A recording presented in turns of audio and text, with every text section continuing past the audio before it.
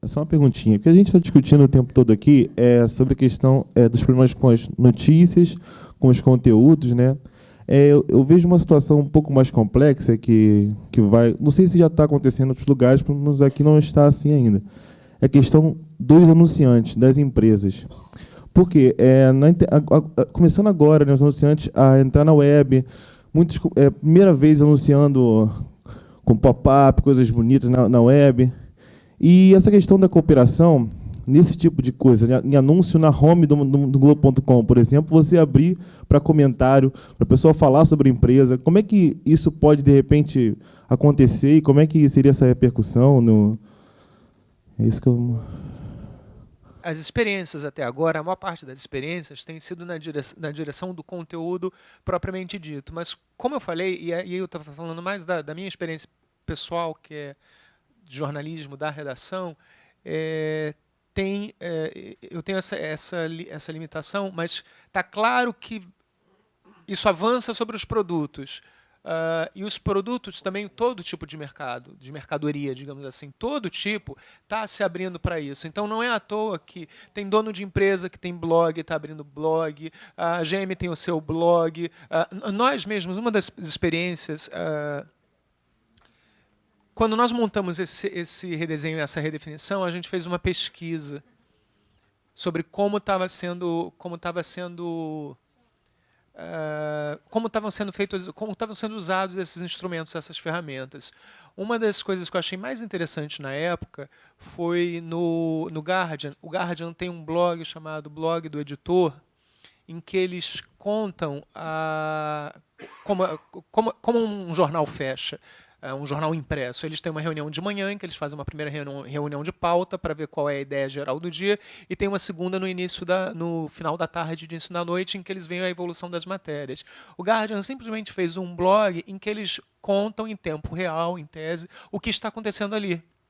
Então, na redação. Então, eles falam, a reunião de hoje foi isso, o Blair está fazendo aquilo no Iraque, o fulano de tal está fazendo aquilo, e tem uma foto, todo o último post, o post mais atualizado, tem a foto do grupo em volta da primeira página riscada, da pré-riscada. Então, assim, mesmo as empresas, não só do ponto de vista da notícia, mas do ponto de vista interno, de seu fazer interno, elas estão usando essas ferramentas para isso. E estão indo no mercado para isso, tanto para... estão se abrindo para ouvir o que os clientes ou os usuários falam sobre as suas marcas, sobre os seus produtos. Então, assim, porque esse leite em pó não funciona por conta disso, a receita que vocês publicaram atrás não dá isso, o remédio, a bula fala isso, mas eu queria explicações melhores. Então, assim, os comentários estão sendo usados já nesse sentido também. A força principal está sendo nos blogs. Eu acho que, só para terminar, paralelamente a isso, está acontecendo alguma coisa agora, eu acho que no Brasil e nos países emergentes, e isso eu estou dizendo, eu li uma matéria no Estadão de segunda-feira, página B10 de negócios, se vocês quiserem procurar, é uma entrevista, é um material muito interessante da área de marketing e publicidade, mostrando que empresas estão começando a criar áreas que elas chamam de áreas de estudo ou pesquisa da base da pirâmide. E não só no Brasil, como nos países que estão subindo, Índia, China, Rússia, eles estão criando especialistas nessa área. Por quê? Porque eles estão tentando aprender a falar com essa população que está ascendendo, que está sobrando dinheiro e que ela está entrando num mundo que já não é aquele mundo do século passado, é um mundo desse século conectado. Então essas pessoas elas já vão entrar consumindo e dizendo assim, não gostei do seu produto, ou quero que seu produto seja diferente, ou quero que seu produto me atenda melhor. Então, assim, você imaginar, e uma das empresas que estava citada ali era a Nestlé na matéria. A Nestlé, no Brasil hoje, ela tem um diretor que é diretor de base da pirâmide. E ele deu, só para dar um exemplo de como eles estão fazendo essa pesquisa. Eles queriam fazer uma promoção com leite ninho, tudo isso que eu li nessa matéria. Eles queriam fazer uma promoção com leite ninho, e aí o brinde seria um jogo de jantar americano.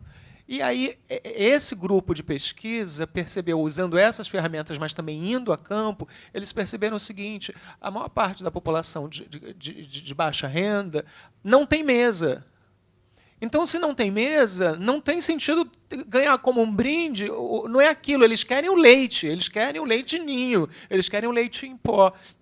Então, esse conhecimento, que é quase uma antropologia do consumo, ela certamente vai ser fortalecida pelo uso dessas ferramentas interativas. Estou falando isso, mas porque assim, a publicidade, né, no seu conceito anterior, era vista como uma coisa de você tentar passar aquilo que você ou a que a empresa gostaria que as pessoas ouvissem de você, numa peça, em qualquer coisa.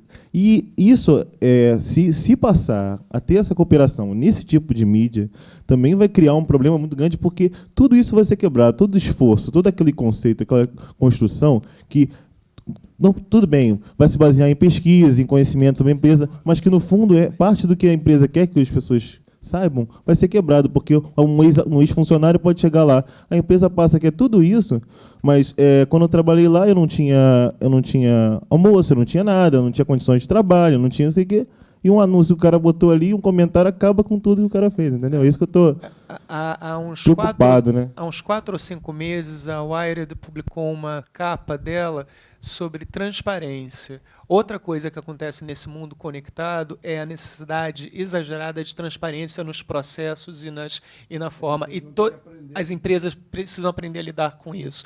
Então, assim, foi uma coisa que... Antes da demissão do cara, ia ficar só no... Ali, hoje não fica mais. Hoje não fica mais. Então, é uma coisa que já foi dita aqui e que eu acho fundamental. O problema não é errar. O problema é se você erra e você não sabe lidar com erro. Quando você erra, no caso de um jornal, você tem que fazer imediatamente. Nós erramos, o erro foi esse, foi publicar a coisa correta. Isso é uma coisa muito simples. Isso é uma coisa muito simples. Um avião tinha caído, o avião caiu numa casa, só que simplesmente a casa foi desabada. Aí botaram antes, o avião caiu, mas depois consertaram. E bota, erramos. Eu acho que todos os grandes sites do Brasil têm isso. Nós publicamos no plantão. Quando um plantão sobe errado, em seguida vem erramos, botando a informação correta, dizendo anteriormente nós publicamos isso ou aquilo, explicando qual foi. Isso, no caso das empresas, vai funcionar direto e já está funcionando. Se você folhear, e aí estou falando da mídia tradicional, um jornal hoje, mas principalmente os jornais de São Paulo, acho que mais do que nos jornais do Rio. Quando você vai passando pelos anúncios, todos os anúncios apontam para os sites do lançamento imobiliário, do novo produto alimentício, todos eles já apontam para lá. E dentro desses sites, normalmente, você tem caminhos para se comunicar com a empresa produtora. Então, assim, isso é alguma coisa que eu também acho que não tem muito mais volta. Depende muito do conservadorismo ou não das empresas, e aí de cada uma, de perceber o quanto isso vai ser fundamental para o seu negócio. Eu acho que quem sair na frente, quem fizer hoje o dever de casa e começar a aprender com os erros a fazer, vai se dar melhor, porque ele vai criar uma ideia de fidelidade e de confiança na sua marca maior. A ideia de confiança na marca hoje, ela tem que ser construída com esse diálogo, coisa que talvez no século passado, no século XX, no final do século XX, não se dava. Hoje eu acho que mudou.